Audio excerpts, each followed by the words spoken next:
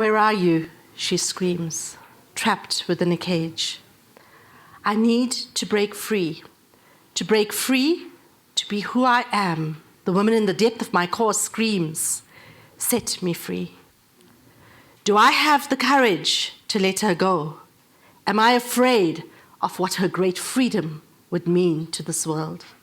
Courage, courage, she screams, set me free to be magnificent, celebrated me.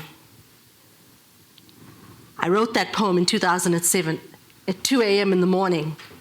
And when I rolled over in my bed, I faced the beautiful face of my abuser. This is a story of lemons, maybe, perhaps. When life gives you lemonades, you're told to make, when life gives you lemons, you're told to make lemonade.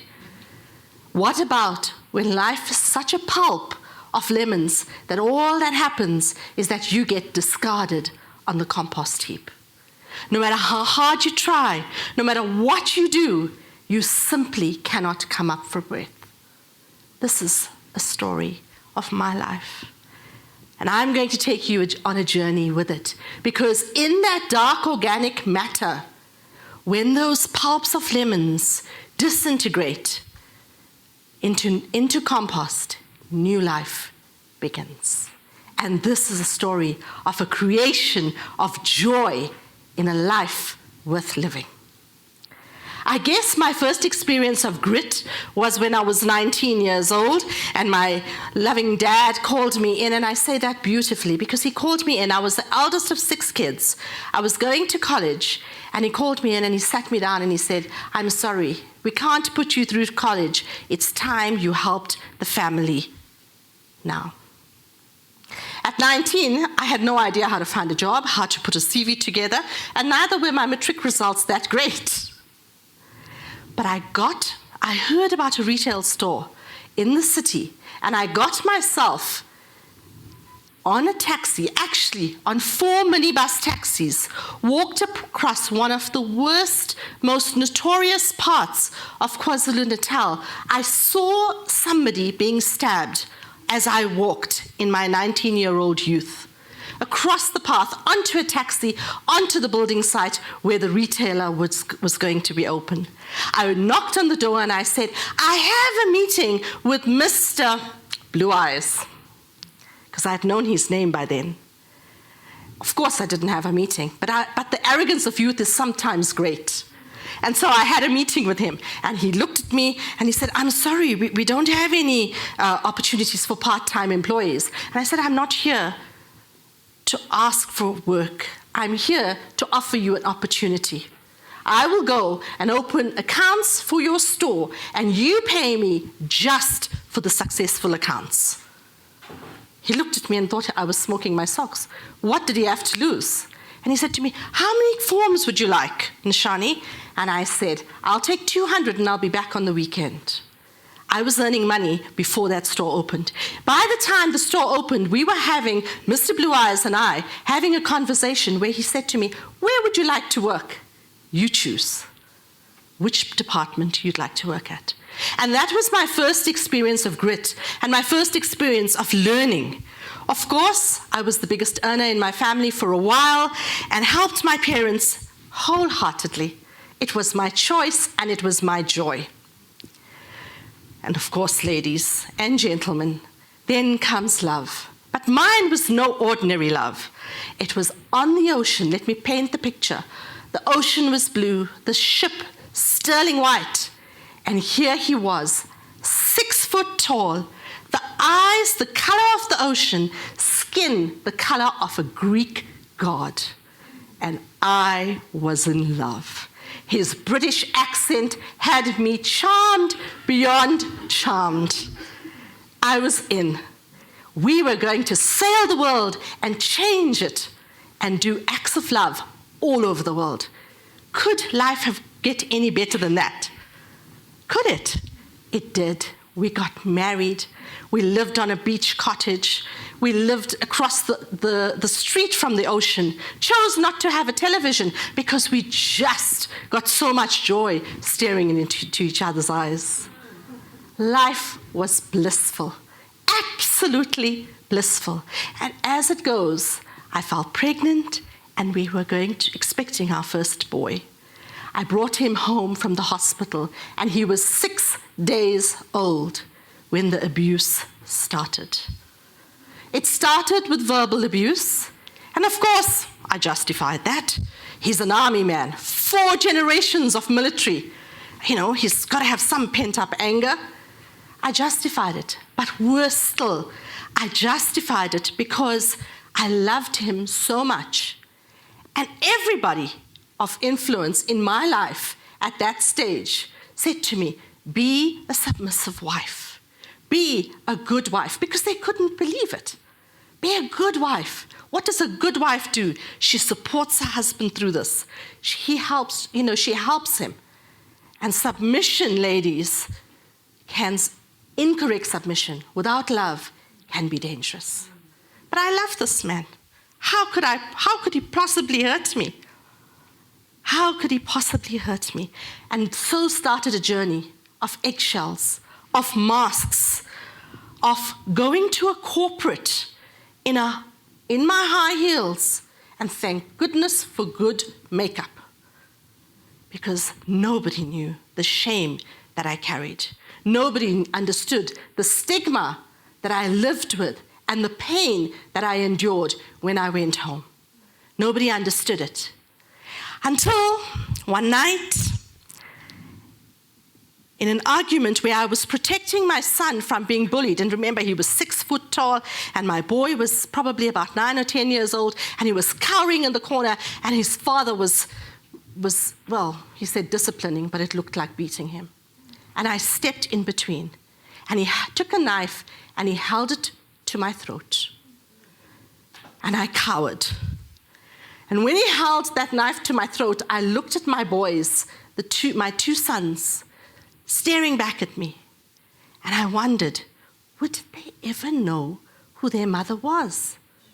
They've never seen me laugh. They don't know who I am. In fact, that poem depicts it. I didn't know who I was. I was lost. He called me derogatory names in front of the children. And to this date, when I stand up in front of the mirror and I look, I have to say, oh my gosh, you're not a whale. You're not XYZ. The language is too profane to say. But you're not that. In fact, my wake-up alarm every morning at 4:30 says, wake up, beautiful, as a reminder that I am beautiful. And a turning point came when I attended a women's development program in a corporate in one of the major banks in South Africa. And it showed me something. It showed me that I had worth, but I was hungry. I was so hungry for more. And I knew that I wanted more out of life. So at 36, I went back to university and some colleges, and I put myself through 4 qualifications concurrently. Okay? So ladies, this is possible. In the midst of all my trauma, all my heartache, I wasn't going to be the victim of my life. I knew what I wanted to gain. And you know, I gave myself permission to be angry, because the gift of anger is that it sets boundaries. We are told that we are not to be angry, that we are not to do this, that we need to be peacemakers and loving and kind. Guess what? Get angry about something and set a boundary, even if it is about a cause for social justice. I was angry for the first time in my life. And the gift of that helps me to start an exit strategy. Divorce is much like death, I guess, because you have to kill your dreams, walk away from many things. And after 3 years of planning and deciding and moving, I went to the courtroom on a Friday afternoon without a lawyer and got myself a decree of divorce with full custody of my children, because I didn't want them to come to any harm. I wish that was a happily ever after. I wish I could tell you, yay! It was, but my son went missing almost immediately. He was 13 years old, and I had missing child posters up everywhere. When I finally got him back home, he sat on the bed at 13 years old, and he said to me, "Mom, help me. I'm on heroin." And so started, ladies and gentlemen, an 8-year journey into the dark delves of addiction. There are no words. It is evil beyond evil. That is all I can tell you. It shatters the family, it breaks homes, it reverses roles. It is just awful. At one stage in a psychosis, my son held us hostage for 2 hours. And in that psychosis, he became so violent that he cracked my ribs and shattered some of my skull. I had to go to the hospital and come back and clean off that blood on my kitchen floor. I'm speaking about these today because I want to break the silence around this. It is happening in 1 in 4 homes. It is happening. My son and I have been restored, and he is on a journey back to strength. Thank God. But it doesn't negate the fact that this is happening every day. And I want to say to you that life is a choice. There are things that I've learned, and I want to take you quickly through some of the things. We come from a place of fear, or we come from a place of love. But if you come from a place of love, you can do no wrong, even when you mess up. I loved myself enough to put myself through college. I loved myself enough to say no to my son and have him arrested when I needed to. Don't ever wear your wishbone where your backbone ought to be. Studying 4 qualifications meant I was up at 3 o'clock in the morning, in the boardroom at 8 o'clock, back by 5 o'clock, being with the kids till 8 o'clock, and back in my books after that. It is possible because you are possible. It is possible. Don't be alone. You know, I've learned that by helping other people, I'm helping myself. And this work has taken me to such exciting places. I've worked with the World Health Organization on the Codeine Cares strategy. I've worked with government on social cohesion.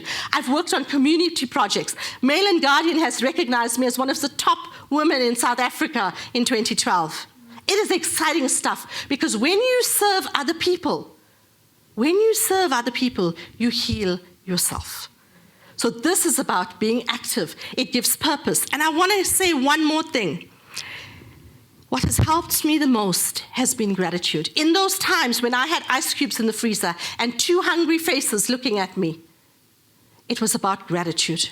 We had a celebration plate, and every night we ate, whoever had something to celebrate, ate off the celebration plate. It didn't need to be exciting, but it needed to be something. But it kept us from antidepressants. So I ask you, why do I stand here? I should be in a loony bin, right? Why do I stand here without antidepressants, without anxiety attacks, without any psychological need for therapy? It's a good question, isn't it? It's because it is time that we are rooted in love, in the identity of who we are in love. And it is time to be the creator of your life, to break the silence, to smash through the stigmas and say, I am possible. I am possible.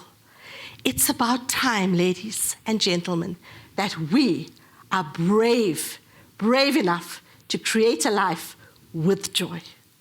Thank you.